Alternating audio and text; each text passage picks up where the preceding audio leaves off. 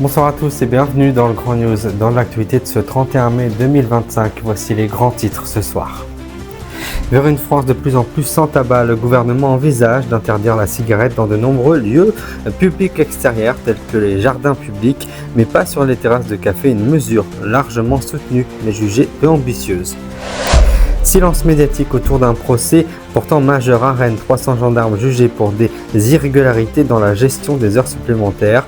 Un scandale discret passé presque inaperçu dans les grands médias, une audience hors norme mais peu couverte malgré les enjeux importants pour l'image de la gendarmerie et la confiance dans l'institution. Emmanuel Macron appelle l'Asie à emprunter une troisième voie entre l'influence américaine de Donald Trump et la puissance grandissante de la Chine, une position affirmée lors d'un sommet stratégique à Singapour. Le président français plaide pour un nouvel équilibre mondial fondé sur le respect des souverainetés et de la coopération multilatérale.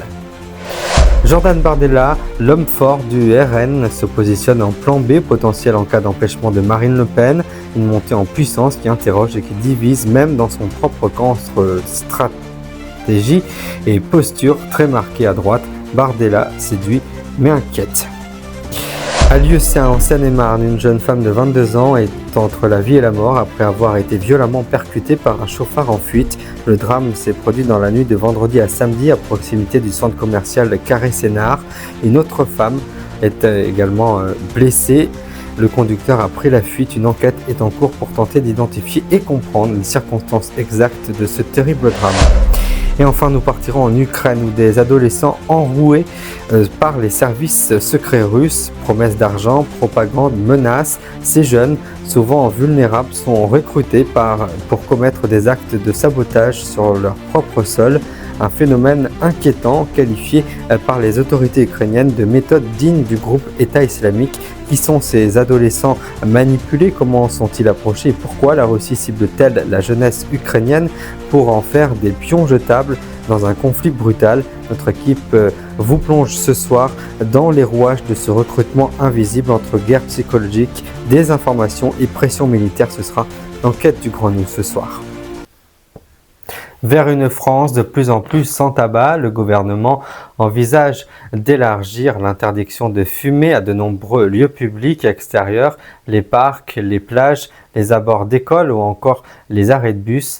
Mais les terrasses des cafés ne seraient pas concernées par cette nouvelle mesure du gouvernement, une décision largement soutenue par l'opinion publique, notamment pour mieux protéger les non-fumeurs et en particulier les enfants et les adolescents exposés malgré eux à la fumée.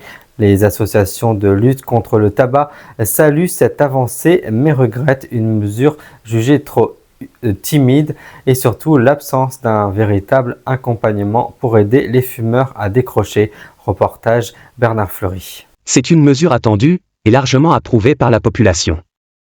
Le gouvernement envisage d'interdire la cigarette dans de nombreux lieux publics extérieurs, parcs, plages, abords d'écoles, stades, arrêts de bus.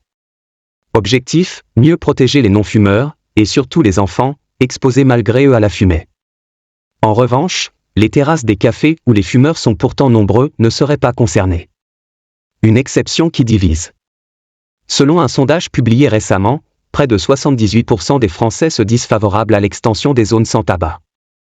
Du côté des associations de lutte contre le tabagisme, on salue cette avancée, mais on regrette une ambition jugée trop limitée.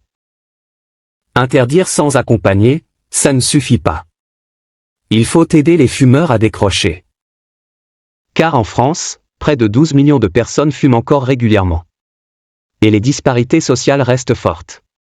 Le ministère de la Santé promet de travailler avec les collectivités locales pour appliquer la mesure de manière progressive et souple. Reste à savoir si cela suffira à faire baisser durablement le tabagisme. Bernard Fleury, Le Grand News. C'est un procès hors norme, mais dont vous avez sans doute peu entendu parler. À Rennes, près de 300 gendarmes sont jugés pour des irrégularités liées à la gestion de leurs heures supplémentaires.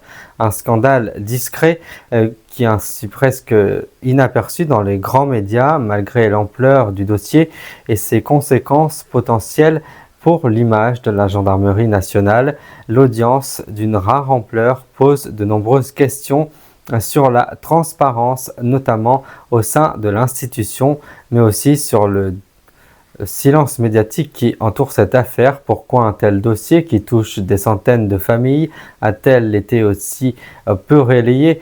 Réponse signée Laure Blanc ce soir. C'est un procès hors norme. 300 gendarmes convoqués devant la justice, à Rennes, dans une affaire qui touche au cœur même de l'institution militaire. En cause, des irrégularités massives dans la gestion des heures supplémentaires, remontant à plusieurs années. La plupart des faits se seraient produits au sein de la caserne de Saint-Herblain, en Loire-Atlantique, surnommée en interne les Schwarneck. Des milliers d'heures majorées auraient été déclarées, parfois sans justification réelle. Selon les premières estimations, le préjudice pour l'État s'élèverait à plusieurs centaines de milliers d'euros. Il ne s'agit pas d'erreurs individuelles isolées, mais d'un système généralisé, toléré, voire encouragé pendant des années. Les faits sont anciens, mais leur ampleur interroge. Et surtout, ce procès reste largement absent des médias nationaux. À l'audience, la tension est palpable. Certains gendarmes dénoncent un manque de clarté dans les règles internes, d'autres affirment avoir été poussés par leur hiérarchie à déclarer ces heures. Difficile, aujourd'hui, de démêler les responsabilités. Un gendarme raconte. On nous demandait de tenir les effectifs, d'être disponibles. Alors oui, parfois, on arrangeait les horaires. Mais tout le monde le faisait. L'affaire a d'abord été traitée en interne, dans un climat de silence. Il a fallu plusieurs années pour que le dossier arrive devant la justice. Mais une question persiste, comment un tel système a-t-il pu perdurer aussi longtemps? Il y a un vrai tabou autour du fonctionnement des forces de l'ordre. Ce procès révèle des dysfonctionnements profonds. Pourtant, malgré l'ampleur du scandale, peu de caméras sont présentes au tribunal. Peu de relais médiatiques, même locaux. Un silence qui dérange. À Rennes, certaines familles de gendarmes parlent d'une justice à deux vitesses. L'administration, de son côté, garde le silence. Ni la gendarmerie nationale, ni le ministère de l'Intérieur ne se sont exprimés publiquement sur cette affaire. Pour les prévenus, les peines encourues sont variables, allant de la suspension à des sanctions disciplinaires, voire pénales. Mais au-delà des condamnations individuelles, ce procès pose la question de la gestion des ressources humaines dans les corps d'élite et du rapport entre loyauté et obéissance.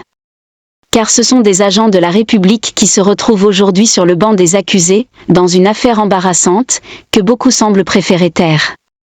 Laure Blanc, Le Grand News. Depuis Singapour, le chef de l'État, Emmanuel Macron, appelle les pays d'Asie à emprunter une troisième voie, une position affirmée face aux tensions grandissantes entre les États-Unis de Donald Trump et la Chine de Xi Jinping. Lors d'un sommet stratégique, le président français a défendu l'idée d'un nouvel équilibre mondial fondé sur la coopération ainsi que sur le respect des souverainetés.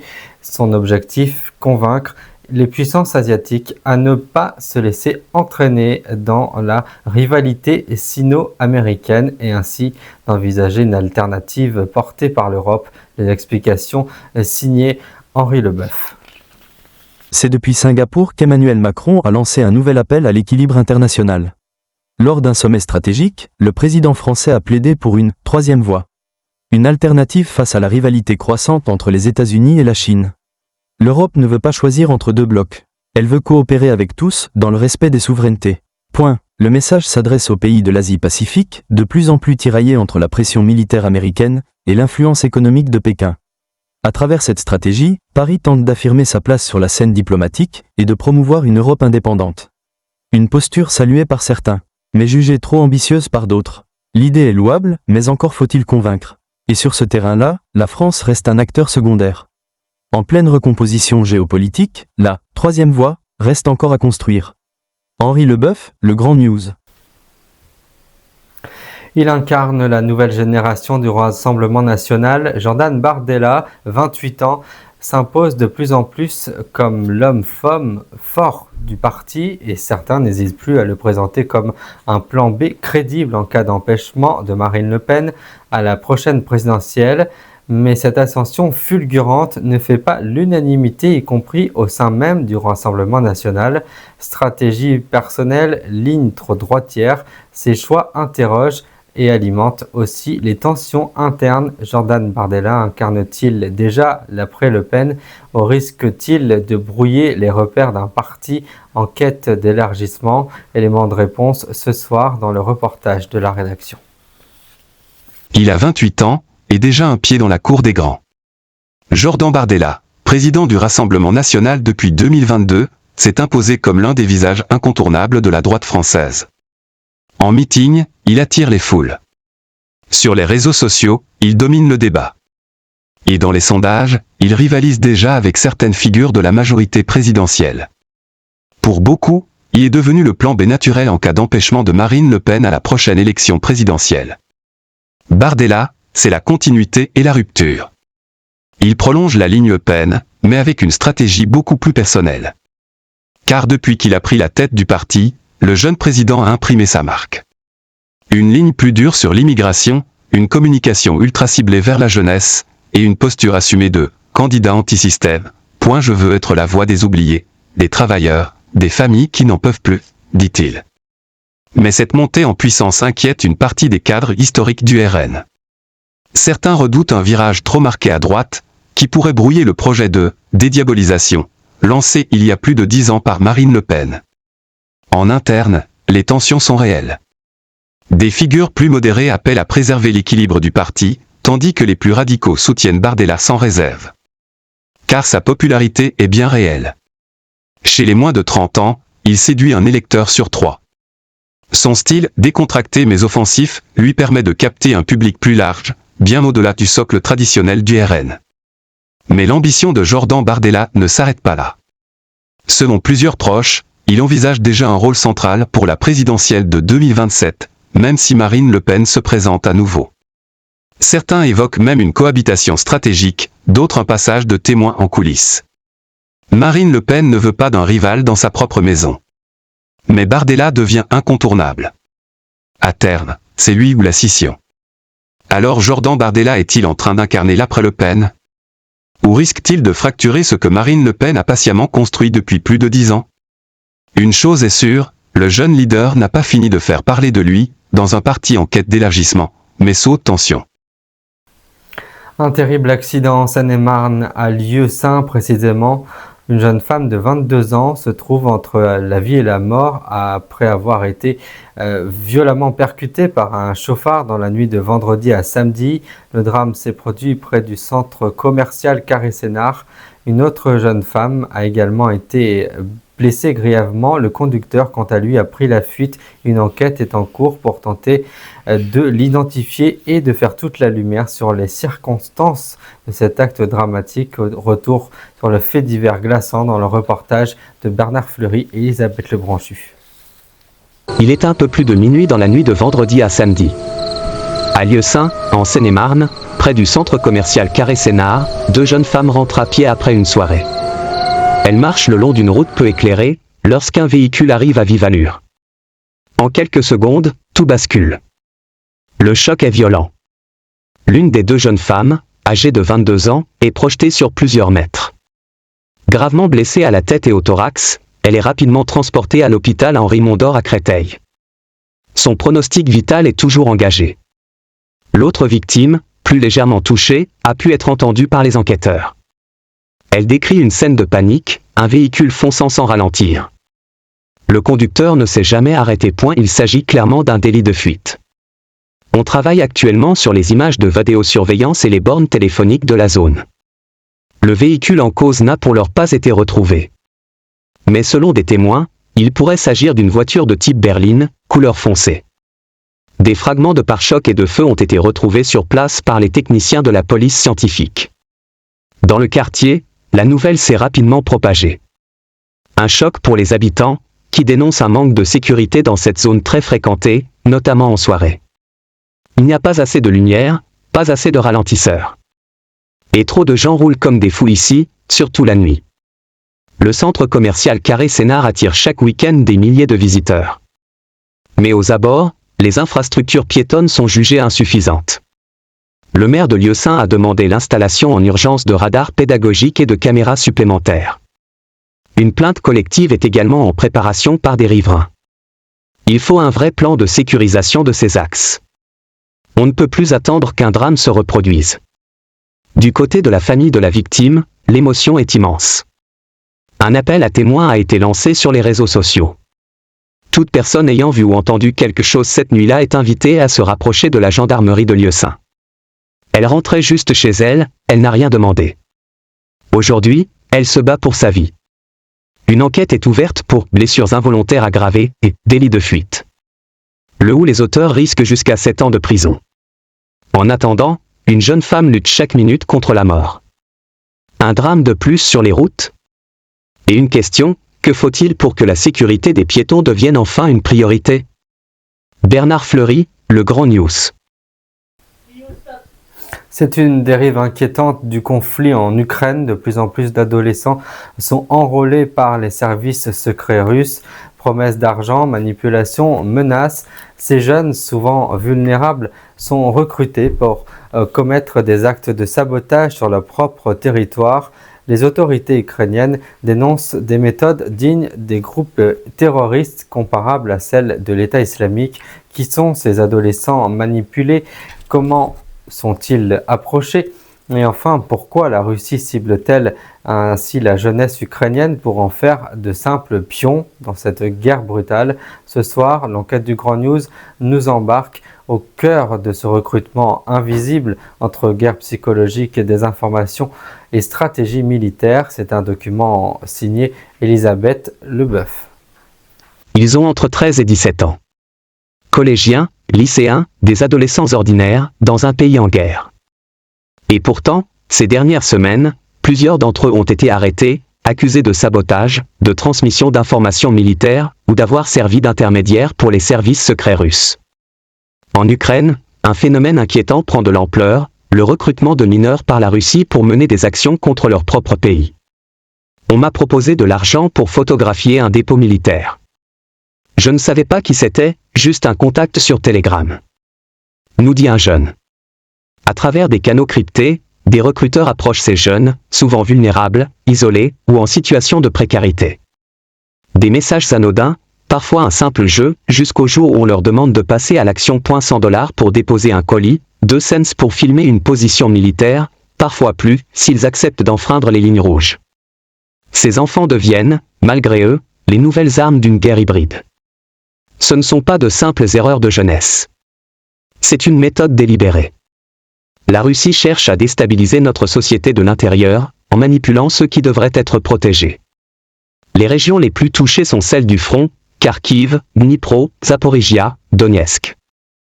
Des zones bombardées, où les repères familiaux sont parfois fragiles, et où la propagande russe s'infiltre par tous les canaux. Selon les autorités, plus de 40 adolescents ont été interpellés depuis janvier. Certains d'entre eux risquent plusieurs années de prison, malgré leur jeune âge. On assiste à une militarisation de l'enfance.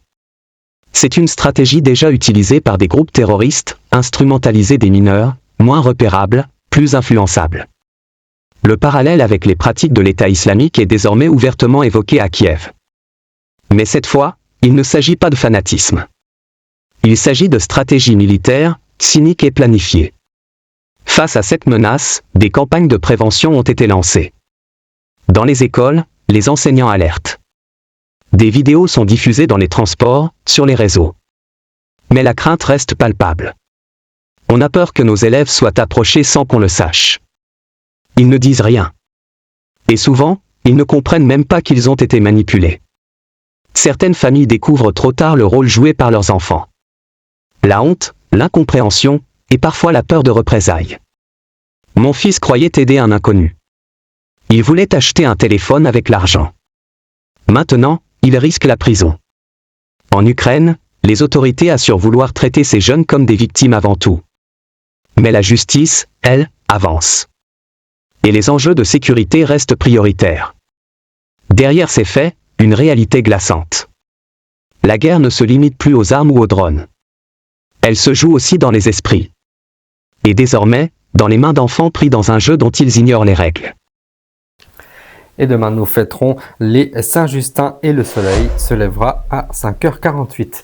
Ainsi s'achève le Grand News. Merci de l'avoir suivi. On se retrouve dans 2 semaines, le 7 juin, pour de nouvelles informations. Merci de nous rester fidèles.